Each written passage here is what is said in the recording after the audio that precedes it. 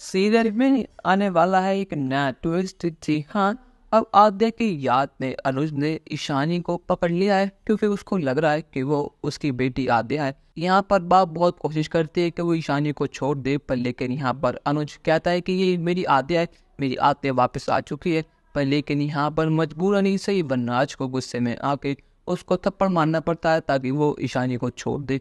और यहाँ पर अब अनुज को एहसास हो चुका है कि वो उसकी बेटी थी ही नहीं। पर लेकिन शाह परिवार की जिंदगी में कुछ हो या फिर अनुज की जिंदगी में हो, उन सब चीज़ों का ब्लेम तो हमारी भोली भाली अनुपमा के ऊपर ही जाना है। यहाँ पर अनुज सबके सामने कहता है कि तुम्हारी वजह से आज मेरी बेटी जिंदा नहीं है, तुमने मेरी बेटी की जान ली, तुम स्वार्थी हो, तुम मतलब ही अनुपमा। मान की लव स्टोरी पूरी करने के लिए मैं इतना पागल हो चुका था कि मैंने अपनी बेटे खुशी का दम घोट दिया, पर इसके बदले में मुझे बहुत बड़ी सजा मिली। ना मुझे तुम मिली और ना मेरी बेटी। आते के मर जाने की न्यूज़ सुनकर तो सभी घर वाले बहुत ज़्यादा शौक हैं। उनको यकीन नहीं होता कि इन 6 महीनों में आखिर आदो को ऐसा क्या हुआ इसकी वजह से आधे इस दुनिया में नहीं रही। पर लेकिन यहाँ पर वनराज कहता है कि वाह अनुपमा जोशी वाह, आपने तो कमाल ही कर दिया। पहले आपने मेरे बेटे समर की जान ली और अब तुमने अनुज से उसकी ज़िंदगी, उसकी दुनिया उससे छीन ली। आखिर तुम कैसी औरत हो। यहाँ पर बाप भी मेहंदी गंगा में हाथ धो लेती है और कहते कि मैंने कहा था अनुपमा घर जोड़ते नहीं बल्कि तोड़ती है, इसने पहले हमारा परिवार तोड़ा, अब इस अनुज का बसा बसाया घर पूरा तोड़ दिया। अच्छी खासी उसकी शादी हुई थी श्रुति से, पर लेकिन इसने बीच में जाकर सब चीज़ें खराब कर दी और आज तक इसकी वजह से ना हमारा समर जिंदा है और ना इसकी बेटी आद्या। आखिर ये कैसी माँ है। अनुपमा तो 2 बच्चों की हत्यारी है, आखिर तू जिंदा भी कैसे है। अगर तेरी जगह मैं होती तो मैं खुद अपने हाथों से अपनी जान ले लेती, पर लेकिन तू तो बेशरम है। यहाँ पर अब चारों तरफ से अनुपमा गिर चुकी है। चारों तरफ से उसको ये सुनने को मिल रहा है कि वो एक हत्यारी है, वो एक नाकामयाब औरत है, इसकी वजह से आज उसके पति और उसके बच्चे की हालत हुई है। पर लेकिन यहाँ पर अब इन दोनों को शांत कराने के लिए यजीब आ चुका है।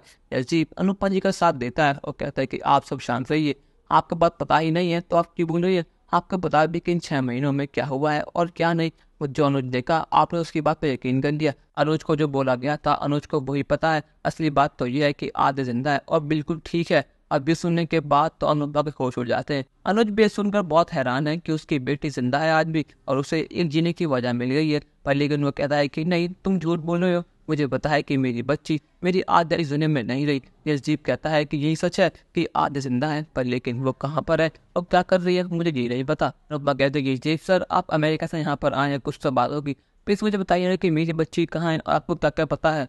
एसजीप कहता है कि अनुपमा जी, बहुत ढूंढने के बाद मुझे पता लगा कि आद्या एक हॉस्टल में पढ़ाई कर रही है, पर लेकिन मैं जब तक वहाँ पहुँचा आद्या ने अपना हॉस्टल, अपना नंबर, सब चीज़ें बंद कर ली थी। अब आद्या कहाँ पर है, क्या कर रही है, किसी को नहीं पता। पर लेकिन वहाँ के लोगों ने कंफर्म करा है कि वो आद्या ही थी और वो अच्छे से पढ़ाई करती है।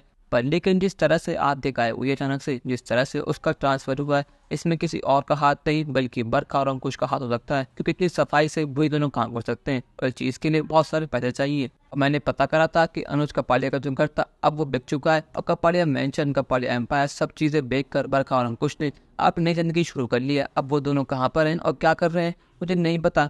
पर लेकिन ये बात साफ है, उन दोनों ने सिर्फ और सिर्फ अनुज को 2 पैसे दिया ताकि वो कपाड़िया एम्पायर पूरा बिजनेस हथिया सके और वैसा ही हुआ। यहाँ पर आद्या आप दोनों से नफरत तो बहुत करती है आज भी, पर लेकिन मुझे यकीन है अगर वो अपने पॉप्स को इस हाल में देखेगी तो वो भागी भागी इनके पास आ जाएगी। पर लेकिन दिक्कत यही है कि किसी को नहीं पता कि आद्या कहाँ है सिवाय बरखा और अंकुश के। यहाँ पर वनराज कहता है कि वाह जजीब दिल्लो वाह, आप अमेरिका से यहाँ पर आ गए अपनी 100 पोल दोस्त को बचाने के लिए। ऐसा मानना पड़ेगा अनुपमा जी के वक्त तो बहुत दूर दूर तक है और आप यहाँ आकर झूठी कहानी बनाने हैं ताकि हम पूछना लगे अनुपमा को। पहले सबको पता है कि जो अनुज कह रहा है वही सही है। अब मैं समझ चुका हूँ कि अनुज को आखिर ऐसा क्या हुआ था जो इस हाल में हो गया। इतना बड़ा बिजनेसमैन, इतना बड़ा भिखारी बन गया, इसकी वजह क्या थी वो हम सबको पता है। पर लेकिन आप अब भी अपनी अनुपमा को डिफेंड कर रहे हैं, पर लेकिन ये कब तक चलेगा। चलिए ठीक है, हमने आपकी बात मान ली कि आदत जिंदा है और जो आप कह रहे हैं वो सच है, पर लेकिन आपके पास क्या सबूत है कि जो आप कह रहे हैं बिल्कुल सच है। क्या सच में आपने आद्या को देखा था या फिर आप झूठ बोल रहे हैं ताकि हम सब लोग अनुपमा को ब्लेम करें ही ना। पर आप माने या फिर ना माने, आज जो कुछ भी अनुज के संग हुआ है उसकी जिम्मेदार सिर्फ और सिर्फ अनुपमा ही है। पर लेकिन यहाँ पर अनुज आद्या का नाम सुनकर पूरी तरह ठीक हो चुका है। तो कहते हैं कि मिस्टर ढिल्लू, और आपको पूरा यकीन है कि इसमें हाथ बरखा भाभी और भैया का है, तो आप मेरा यकीन कीजिए अगर वो दोनों पता लोक में भी होंगे तो मैं उनको ढूंढ निकालूंगा और अपनी आदतों को फिर से अपने पास बुला लूंगा। पर लेकिन मिस्टर ढिल्लो, अगर ये बात झूठी हुई तो मैं आपको छोड़ूंगा नहीं। अब यहाँ पर हमारा पुराना अनुज कपाड़िया अपनी फॉर्म में वापस आ चुका है। अपनी बेटी को ढूंढने के लिए वो क्या करेगा क्या नहीं, ये देखने वाली बात होगी। पर लेकिन क्या यहाँ पर बर्खा और अंकुश अनुज अनुपमा को अपनी बेटी तक पहुँचने देंगे या नहीं? अपनी राय हमें कमेंट पे जरूर बताइएगा और चैनल को अब तक नहीं किया सब्सक्राइब तो कर लीजिए। धन्यवाद।